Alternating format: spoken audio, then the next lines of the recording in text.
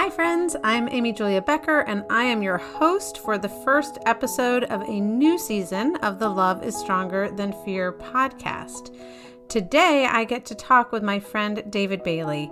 David is a Black man, a Christian. He's a leader of a ministry called Arrabon down in Richmond, Virginia. He doesn't tell you this when we talk, but he's also a speaker who has been around the country speaking at various conferences. He is well known for his work in the field of reconciliation.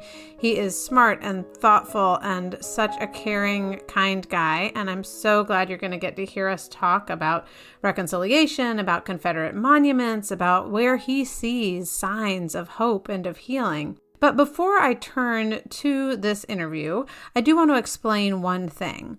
David and I met through mutual friends a couple of years ago, and these friends come up in my book, White Picket Fences. David makes reference to them, and we talk about them a little bit because these friends of ours, about 15 years ago, my husband's college roommates, a whole group of them, moved into a low-income and predominantly African-American neighborhood in Richmond, Virginia, and David and his wife have also moved into that same neighborhood. So I just wanted to let you know that so you understand what we're talking about when we make reference to it. I'm excited for you to get to meet him and hear about his work.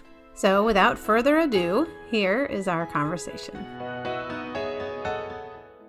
I'm here today with my good friend David Bailey, and I'm so excited to get to talk with him about White Picket Fences, but even more so about current events and about the work that he does that does involve race and justice and privilege and culture, but really is about a work of reconciliation and healing. And I want to actually turn it over to David and just ask you to say a little bit more just about who you are, where you're from, and what you do as your vocation. Well, thank you so much for having me, Amy Julia. It's been, just good friendship. It's good to be able to share. I'm glad you're doing this podcast. Really love White Picket Fences. So I lead an organization called Arrabon. Arrabon is a word that means a foretaste of things to come.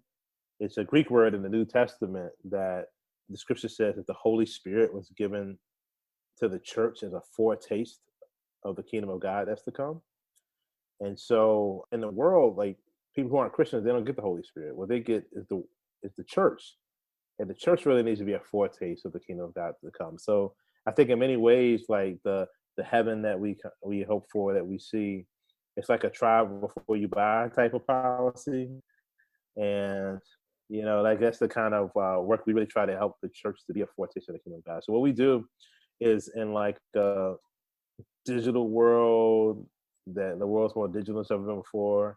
It's more diverse than it's ever been before. It's more divided than it's ever been before. We try to equip Christian communities to become reconciling communities. We hear a lot about reconciliation, but I have always heard that term paired with the word racial. And I've appreciated knowing you that you don't always pair the term reconciliation with racial. Yeah. And I'd love to hear you say more about that because that's been helpful to me.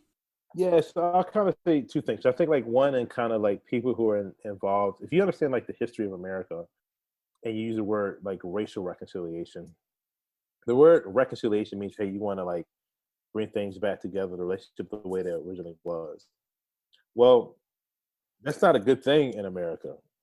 Europeans, Africans, indigenous people would never equal in existence of our country. So we don't want to reconcile that. What a lot of folks say, hey, the better language to use is conciliation. We can engage in work of conciliation and bring some equality and healing and together. So I think hey, if you're defining reconciliation in that type of way and you're starting an American narrative, then I say, yeah, I agree with that. For me, I use it as a theological term. In the scripture, it talks about how Genesis 1, that the world was whole, it was good, it was diverse, and it was beautiful. Genesis 3 says the world was broken. And ever since then, there's been a process of God working through Christ to reconcile all things. And so that's kind of the invitation of Christians to engage in that. I don't have to wonder, our relationships broken, our systems broken, our the way people engage with one another is broken. We know that. It's really more so about what are the details and how can we go in the process of reconciling all things. So in the work that you do, is that typically primarily related to helping Christians think about what God has to say when it comes to our racial divides? Are there other aspects? Like, what does that end up looking like? And kind of I come into a church that wants to work on this stuff and doesn't know what they're doing. Yeah, I mean, so what we do is we look at like issues of race, class, and culture. Okay. And like there's a history. Like one of the things everybody has a thought, an opinion, and experience with the issues of race. There's not a person that doesn't. And so even if they're like, oh, I never think about it, I don't know why people make a big deal about it. Like there's an experience that folks are bringing to this conversation, the lens in which they're looking through. And so we help people to understand that and really kind of what's God's heart for people. How does God encourage us to engage with one another? Class is also going to be an issue. Like scripture tells us to be mindful of people who are poor, but we live in a country that's been designed in ways where the kind of promise of being middle class and above, like the wealthier you become, the less poverty you have to see. And our cities were designed like not in a way like you could even want to go see poverty. You could actually want to engage with people of a different socioeconomic space, but most of our cities have been designed to keep wealthy people away from poor people. And it really is really hard for us to be Christians in that kind of way. And people are like, what does that have to do with being a Christian? And it's like, but if you read the Good Samaritan, it was a story about like to say, hey, what's the greatest commandment? To love God and love your neighbor. Well, who's your neighbor? That's the religious lawyer says, and it's like, hey, it's the guy that's on across town, on that bad part of town where people get beat up. Right. And there was a nice Levite, good church member that walked by. There was a nice minister, a priest walked by, and it was this other Samaritan, this person that they grew up despising, that they were taught that they should despise, of a different ethnicity, a different religious background. They became the hero of the story. They were the ones that showed what it was like to be a neighbor. And so basically our society has been built where there's highways and byways to skip over the Jericho Road. And that makes it really hard for us to do some of a core Christian practice. So I know you've thought a lot about this in your own life and how to actually live that out. Can you talk a little bit just about the decisions you've made to actually be encountering people who are not exactly the same as you all the time? Yeah, I mean, it's interesting because I grew up both like, I have two parents with college degrees, African American. My dad grew up in poverty, and so I, by nature of living in the suburbs, I was with people who were different than me, and it chose me versus me choosing it. But then when my wife and I decided to move, some of the folks that you went to college with, some of the people that's in the White Picket Fence book, we decided to live in this neighborhood. And part of the reason why was because a lot of, your friends like the Coreys and Sarahs and Lawson and Ramesh and Danny and Mary Kay, all these folks, they either were white or they were like Asian doctors. Right.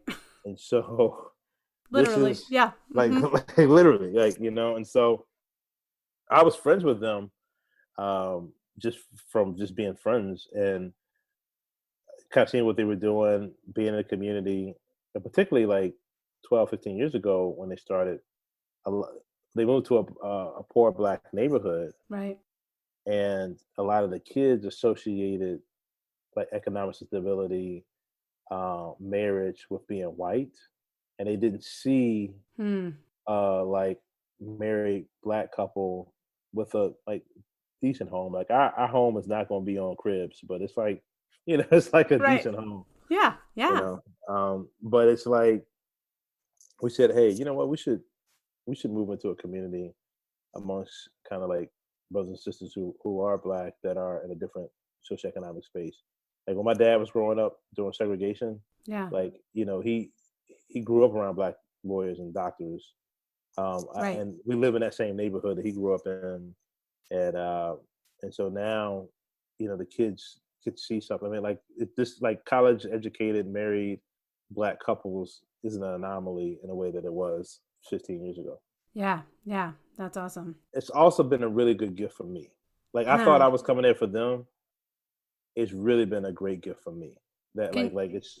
Yeah, go ahead. I was just going to say in what ways, because that's certainly, and you know this because we've been friends and talked about this before, but for me, similarly, every time I have stepped into relationship or community, especially with people who seem different from me, I have had to feel vulnerable and I've had to give and it's been uncomfortable.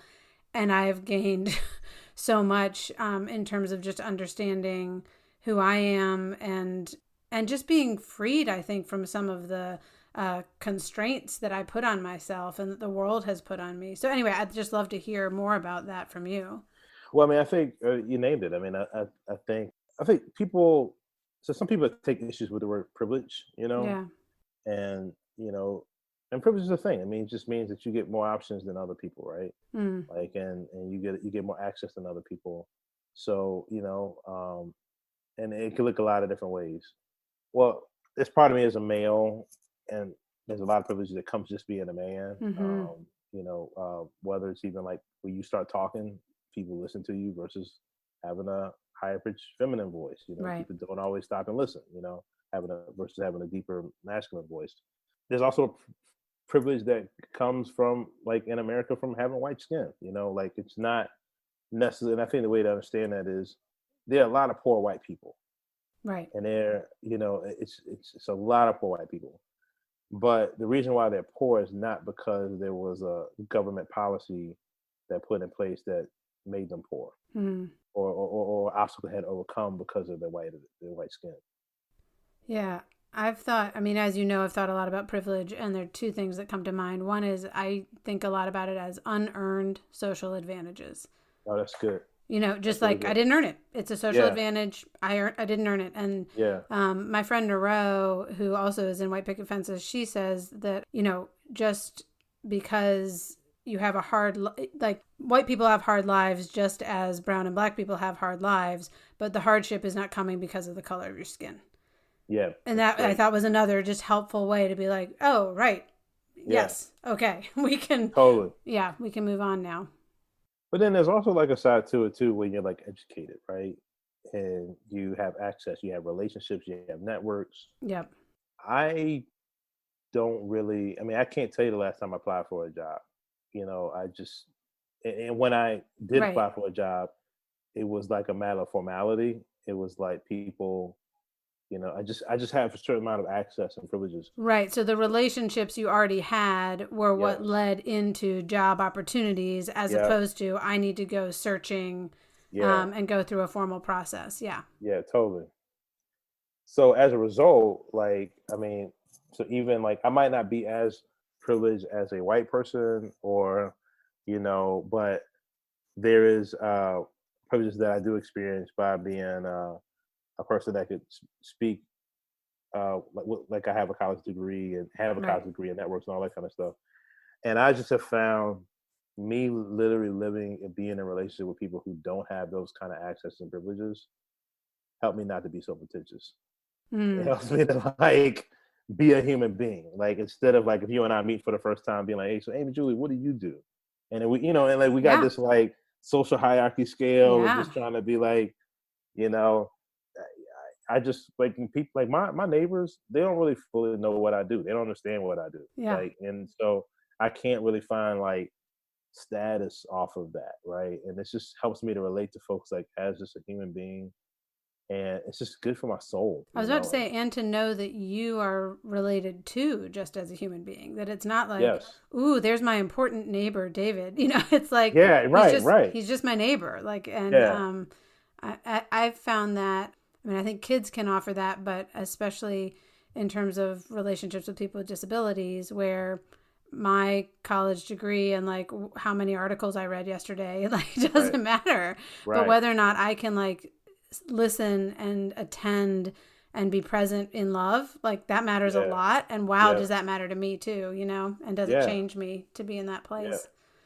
um Yeah. well, so I'm curious to hear a little bit, just bringing it into this moment. I know Richmond has been a seat of many protests in the past couple of weeks. I've been following that more closely just because of knowing y'all down there. I've seen that there have been some calls for monuments to come down. I've seen some of the photos on Instagram of prayer gatherings in your neighborhood as well as other places around the city. So I'm just curious, like, how you are seeing what's happening in Richmond over the course of the past 2 weeks. Is this a kind of moment where people are just jumping on a bandwagon and it's a fad, or is this a sense of a real season of change in that city and or potentially in our nation? That's a good question. I mean, I think time will tell whether it's a fad or not. I would say that this feels a lot different to me. Mm-hmm. Um, I think when I saw that Rush Limbaugh went on the Breakfast Club, Huh. that was like, oh, this is something different. So if you know who Rush Limbaugh is, you probably don't know who the Breakfast Club is. If you know what the Breakfast Club is, you probably don't know who Rush So why Limbaugh don't you explain all of is. that? So Rush Limbaugh is like probably the most popular conservative radio talk show personality. And then you have the Breakfast Club is like the most popular morning radio station uh, led by Black and brown millennials. Hmm. And and let's just say these two paths don't cross. And Wow. Rush Limbaugh, when George Floyd, when that happened, he reached out and kind Huh. of wanted to offer like an olive branch and say like, "Hey, I'm sorry for what happened, and something has to be done with policing." And so, that conversation was very interesting because Yeah, they I actually didn't know did a that lot had of happened. Wow. it's really fascinating. It's worthwhile listening to. Yeah. You can also kind of see like why it's so tough Hmm. in our society right now to actually find unity because folks are so entrenched into their ideologies Mm-hmm. that they don't end up finding any common ground to begin to build some bridges on. Hmm. So Rush Limbaugh was like, "Hey, I'm sorry for what happened to George Floyd. That was tragic. Something needs to happen. And we need to change that with the police officers." But he did not want to submit to the idea of white privilege because that he called it that, or white supremacy. Hmm. He didn't want to like give even like an inch to those ideas Yeah. because they were he said like there was liberal democratic ideas that were like made up. Right. But and for them, they were like, hey, if you can't admit that white people aren't privileged, like, even just when it comes to like policing, that just wouldn't happen to a white man in that kind of way. And then that's we can't make any traction. Right. Right. So that was a really I that was was hard. when it all first happened. The fact that this situation, this killing of George Floyd, was so condemned left and right, made me Yeah, actually I was surprised that then actually led to such a conversation about police reform, because I yeah, thought it was going to be held up as this exceptional case. Like, this yeah, isn't what usually happens. yeah, This is just a really bad situation. And yeah, instead, it really has led, even right now, to some, both Republicans and Democrats saying we got to address this, which has been yeah. encouraging to me. And to see, I mean, I listened to this podcast between Ezra Klein and Ta-Nehisi Coates earlier Uh-huh. this week that was so interesting. Starts with Ta-Nehisi Coates saying, "I'm really hopeful," which are not words that he He never says says very that. often. Yeah, that's right. But he also said the reason he's hopeful is that this is a movement that is more both national and global than most of the protests have been after police killings in the past, that it's been sustained in time even after Derek Chauvin was indicted, and that it's more diverse, that don't just have people who, kind of your typical, Yeah, whether it's Black Lives Matters people or people of color, but you actually do have a lot of white people who are yeah, saying enough. We got to yeah. do something. So that's certainly what I've kind of been seeing. But here I am in my 3,000 person predominantly white town in Western Connecticut. So it's No, I curious. think Yeah. it's true, and I think like I definitely think that I think the looting and the rioting were either opportunists Mm-hmm. or just some folks who just like wanted to kind of destroy and do stuff. I mean, like there were a lot of folks, like there's so many testimonies that I've heard around the country of like actual official Black Lives Matter organizers that were like, "Yo, we're not doing this. Like Right. this is like a peaceful protest, and then somebody's doing all that kind of activity." And so, you know, the night, I mean, I walked down Monument Avenue in Mm, Richmond, Virginia. We have 5 Confederate statues, um, and on this like street called Monument Avenue. It's the only historically registered, only street that's on the historical registry site of the United States. hmm. And so it's a really significant area. And I just saw the vandalism, the what people call blight, you know. And I looked up the word blight, and what's really fascinating is that that word blight means it's kind of used oftentimes like it's something that will kind of take the value down, you Hmm. know. Sure. And there's kind of also like a plant, kind of like diseasing of a plant that will Hmm. take the life out. And so it was really interesting because I was looking at it because I was like, the vandalism was would be considered like blight on these like monuments, Right. but then it could also be a blight that one would see with the actual monuments itself. Right. Then there's kind of like a blight about our history dealing with the disease of racism, and that's kind of a blight on our ideals as Americans. I think that's a really helpful way to think about it. Like, where is the blight here? And I will Yeah, say, so when I moved to Richmond right out of college, I was, 22 years old, newly married, and I lived on Monument Avenue. yeah, yeah, And my husband and I literally walked to church in the morning past 2 of those statues on Sunday mornings. And we just didn't think about them. yeah. I mean, it's not as though if we had stopped and had a conversation, we would have said anything admiring about the Right. men on those horses. But I mean, both of us, a few years later, not like 20 years later, but nevertheless, we're like, why did it not even cross our minds that it was a blight on our street that we Yeah, were passing by these? I mean, they're humongous. Anyone who has not been to yeah, Richmond, they are towering yeah, edifices of yeah, stone and metal, right? yeah. So I am glad for, just the attention that in recent years, not just in recent weeks, has come up with these Confederate monuments, and hopeful for the conversations that can come about what our history is. I mean, one of the things, like that sense of even when we tell the ugly parts of our history, it's so that that can be healed, brought into the light. Yeah. It's not so that we can just flip the power and shame the people who were once in power, right? Like, it's Yeah. okay. How can we actually make this a more equitable place for everybody? And I think it's important because like a lot of folks, like there's kind of a kind of sleight of hand in the conversation that happens that like when you take the monuments down, you're trying to erase history. Right. And it's not necessarily that you're trying to erase history, it's that those monuments were put up to share a narrative. And so like, you know, as a, a white man, like and a white woman, I mean you could walk by it and not think about it. As to somebody, a black person growing up in Richmond, like it was set up so that black people knew what time it was. Well, and yeah, and will Like you, like, I assume you know this history, like, will you share though just when those monuments were set up? Because it wasn't like a few years after the no, Civil this was War. like if I remember correctly, I think it may and you I feel like it was between like 1880 and like 1910, I think 1920. that's right. Like, so it was essentially as white supremacy was becoming the rule and Jim Crow was becoming the law of the Yeah. land, there were literally, let's make there be symbols of this that Yeah. are very clear to everyone. And again, for me as a white person 100 years later, it was like, huh, look at that interesting thing. If Yeah. I even thought about it. Whereas, Yeah.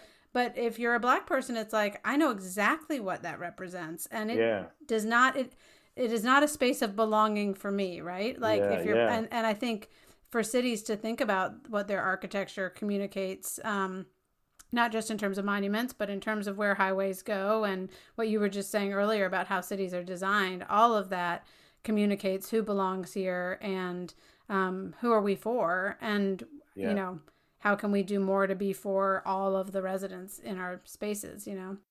Totally, and I think there's other one element, another element of blight that I think is in this conversation, and I think this is like disease of redemptive violence, Hmm. you know, and I think there's like a wider conversation that we really need to have that we oftentimes, in my theological opinion and conviction is that Christians should not have a myth of like redemptive violence. Like violence never leads to healing, and Jesus, like whenever there was violence committed against a person, Jesus moved towards healing. But there's a story of like the Union against violence against the Confederates, and the Confederates against the Union. Well, the protests are about like people in the power of authority, like kind of overstepping in violent ways of like a minority community. But then also it's really interesting because some of the complaints, like there were a lot of people I know in spaces that weren't complaining about the violence of police officers on unarmed citizens, but are complaining about the violence to property that's happening now because of what it's doing to the economy. So like when it's like, or just in the property. And again, I have a strong ethic against violence, Right. In either like, case, right? in any case, right? Yeah. I'm like, I think it's I'm saying like, I think it's all wrong, right? Right. But I just think like we oftentimes pick and choose like where violence is redemptive and leads towards healing. In reality, it just never does. Right. Well, and we've also got the irony, which of the predominantly white protests that were happening before the George Floyd protests. Oh yeah. In which there was not the same type of police presence. Yes. Or combative action, right? So yeah, you just hit a vein on that one. Like I mean, and this is like a total definition. Like if people don't believe white privilege is real, let a group of Black or Middle Eastern American citizens go up to any state capital with some guns and protest. And my question is, if you're upset about COVID and what it's doing to the economy, why do you need semi-automatic weapons to protest that point? And why would that be considered to be a peaceful protest? Right. So then you go with unarmed folks coming to talk about racial violence, and even in the sense of they're looting, they're damaging property. Not even like, I mean, they can't. I mean, again, police officers. There are ways that human beings can be harmed in a situation like that. I get that, but just the level of escalation is challenging. And if you're kind of like, oh well, that's not true.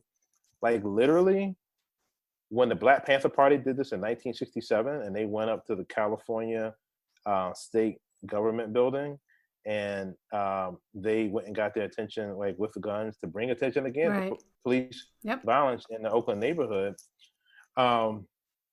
The governor, who was Reagan at the time, a conservative governor, created a gun control law, right, so that guns couldn't happen in California with the NRA's approval. Right. And so again, I don't believe in violence. At the same time, I understand why people will get so upset and engage in that kind of way, because the rules change for black and people of color when it comes to change. Like the rules of like change in American citizenship doesn't apply with Black people in the same way for their own issues. Right. Who is allowed to be violent or to demonstrate their capacity to be violent by carrying a gun? All of those questions. I'm curious too, though, because we've got these extremes, I think, on both sides, so to speak. The extreme, white gun carrying protester, or the extreme looting, not even protester, but the person who's just causing mayhem. And then you've got all these people who are much more in the middle, and especially white people who I think, and I've been thinking about myself in the past and some people I know now as restless sleepers, where I know there's something that's not right about how our society is working, but I'm kind of doing okay, so I'm going to try to keep sleeping. But it keeps waking me up. And then I think the past couple of weeks has literally woken a lot of people up. And but when you wake up, you're disoriented and you feel like maybe you have, are stumbling around from the night before, or, oh my gosh, I'm late to the party. Like this is, what am I doing here? And so I'm thinking about that group of people who are kind of just starting to really examine, what does it mean to be a white person, or to even have like a racial identity? Should I feel guilty for that? Should I feel shamed for that? And I think there's just a lot of fear that comes up. in the beginning of White Picket Fences, I write about how in writing the book, I figured out I had developed an eye twitch. And I literally finally someone said to me, I think you're afraid.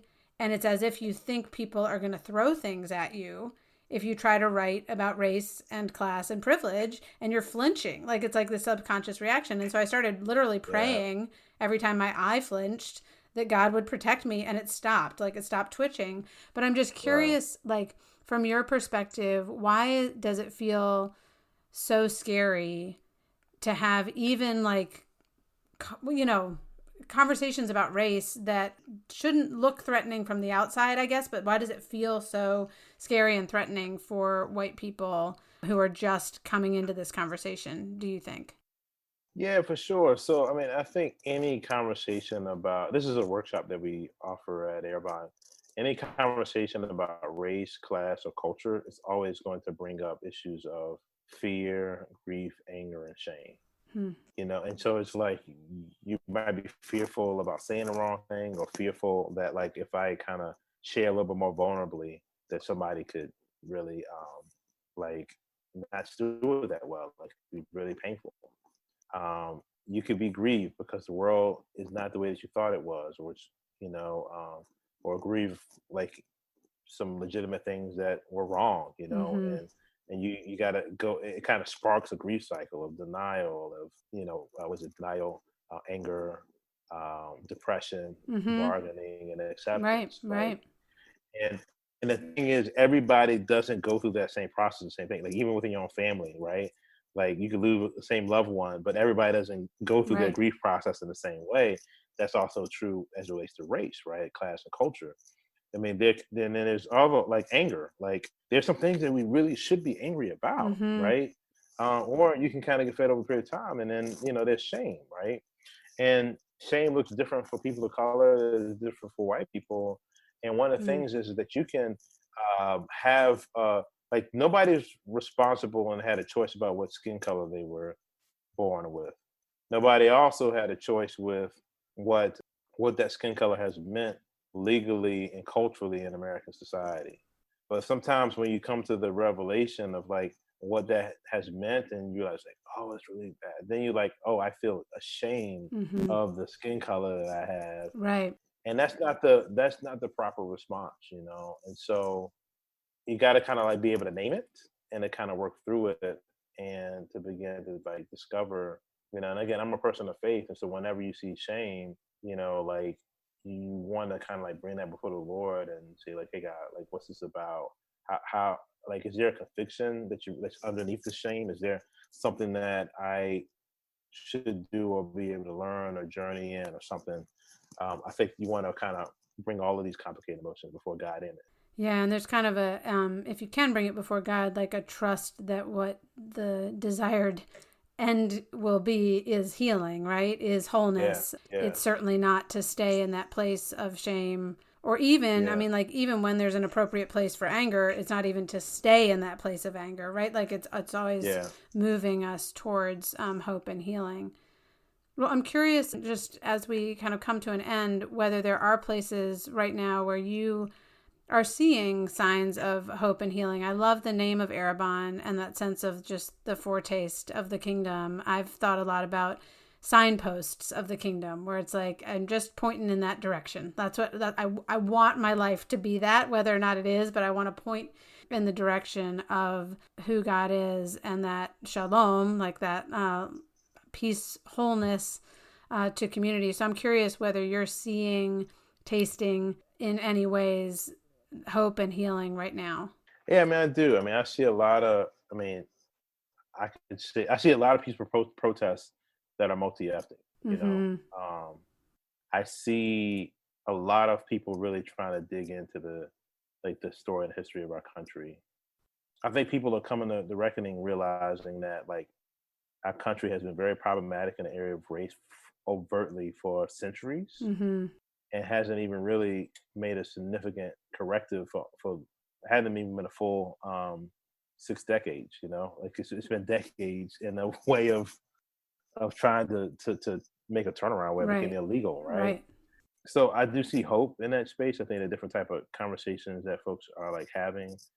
Yeah, I just, and I don't feel like I'm like being a positive Pete. I don't think I'm like Right, putting a spin right. on it. I really do see a lot of things. I think the conversations is about the monuments. I mean, I think the monuments should be like in battlefields or in museums and Mm-hmm. places to be able to kind of like tell a story. But it's Yeah. like, hey, is that the story that we want to share? And like to create a different and new cultural artifacts. Like I think prior to the vandalism of the monuments, I am I would have been more of like, hey, let's build some new cultural artifacts around it to kind of like create some different stereotypes. But I'm like, Mm-hmm. instead of like spending the time to clean it up and all that money, just like put the money towards removing it, putting it into a proper place, and then like, can we create some new monuments that share a different narrative or story?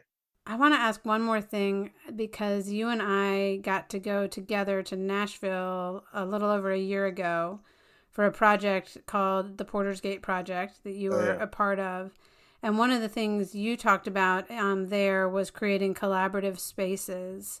And to me, one of the great hopes is in that possibility of collaborative spaces. So I just wondered if you'd share a little bit about what you meant by that, and again, like what, whether it's what happened when we were in Nashville or other examples you've had of collaborative spaces being essentially like, I mean, for me at least, that weekend was a foretaste of the kingdom. Like that yeah, was exactly what I think you've been talking about. So I'd love to end there just with a that's vision of great. a collaborative space that gives us that little taste of heaven. Yeah, so I think one of the things is I say this often, and like to borrow some ideas from Andy Crouch, we what I think we need to understand the point of culture making. We're here today because of the culture that was made yesterday. Hmm. So if we want to see something, we see something wrong today, and we see something better tomorrow, we got to create new culture today. And that's something that we really need to pay attention to. What are the type of things that we're making? And the natural thing is to make stuff for people that think like us, act like us. That's a very natural way to Hmm. do it. But could we, particularly, we live in a society that has spent more of the years segregated. Like the way our cities were built, where if I had a black son and you had a white daughter, that they would not grow up together Right. and to fall in love and marry each other and have a mixed race baby. Like I wish I could tell you that our cities were designed with something else in mind, but literally from 1930s to 1950s, that was the most important Hmm. property where we built a lot of our city infrastructures during that period of time. And so, what we need to do is not just when you do collaborations to just think about, oh, let me just think about somebody that's just like David or just like Amy Julia. Mm-hmm. But what we need to do is think through, okay, is there some kind of cross cultural collaboration that we can engage in, whether it's race, class, culture, education? What somebody calls like unusual coalition. Is some kind of unusual coalition that we can engage in. Mm-hmm. And then we can begin to think through, hey, what's broken in the world and how can we create some new culture about it? And I want to always encourage people to like the conversion and like the beauty comes in that cross cultural collaboration. Mm-hmm. Like my wife and I, the beauty that comes out of like the work that we do just in our marriage comes out of like the beauty comes out of the difference. Right. And so I want to encourage people to think about that, to like find those things and not just like, hey, let's get together and have better conversations. Like talk while you do, right? Like Right, and but like do make great work on it. something together. Like Yes. have a shared goal and purpose, and Yeah. even recognize on the front end what we have in common across our differences that can allow us, but at the same time seeing those differences as actually the strength in making something new, right? Yeah. Because Yeah. instead of you just reinforcing the idea I've already had because we're the same, and so Yeah. we make the same thing as they would have made yesterday, it's like, Yeah. oh, you actually can enhance. I mean, that's what I loved about this weekend, because you had all these Christians, but they were from different Very churches different. and different cultural, racial backgrounds. And Yeah. so, same scriptures, same faith, but And able to. and philosophically different too. Mm-hmm. It was and like if we would have like jumped in and like, hey, what are your thoughts about any particular controversial issue? it wouldn't have been as much of a beautiful place. No, right? and instead what they did was they made beautiful music that was more enriched because of their Yes. diversity. And that also Yes. starts building relationships and friendships and allowing conversations to come out of a place of shared trust Yeah. instead of, hey, we're here to talk about hard things, right? Yeah. Totally. For sure. Well, David, thank you so much for giving your time. I know that it is precious right now because you are being heavily called upon to serve all sorts of people. And I'm grateful for the work that you do. And we will make sure just to put in the show notes links to Arrabon and to the resources. I shared actually your post. I quoted your newsletter the other day about anger because that's something as a white Christian I need to learn about. And I also am just really grateful for the conversations we've had over the course of the past couple of years and for the way you use your gifts to bless other people. So thank you for that. Thanks. Thank you. And if anybody, there was an article in Christianity Today that we recently also just put in. If you just Google David Bailey and anger or something like that. Oh, great. Okay. I didn't know Yeah. that. I'll make sure that gets in the show notes as well. Yeah. Yeah. Thanks. Awesome. Thank you, David. Well, good. Well, blessings to you. You too. Thanks so much for listening. I do invite you to look at the show notes or just visit arrabon.com. It's ARRABON.com. You can learn more about David's ministry. You also could learn about the work they do and how you could support that, whether by inviting a team of people from Arrabon to your church or by utilizing some of their resources or even just by making a financial contribution to the work that they're doing. You also can find out more about White Picket Fences if you haven't read it already. But if you have read it and you want to find some people to discuss it with, use it in a Bible study at church, or look at other ways to have White Picket Fences enter into conversation with people right now, you can go to my website, amyjuliabecker.com. And of course, this is a podcast. It's a new season, and I would so appreciate your support in getting the word out. You can do that by sharing this episode with friends, send them a text, send them an email, put it up on social media. You also can rate and review the podcast wherever you find your podcasts. That helps people to know that it exists and that it might be relevant for what they want to be thinking about and talking about right now.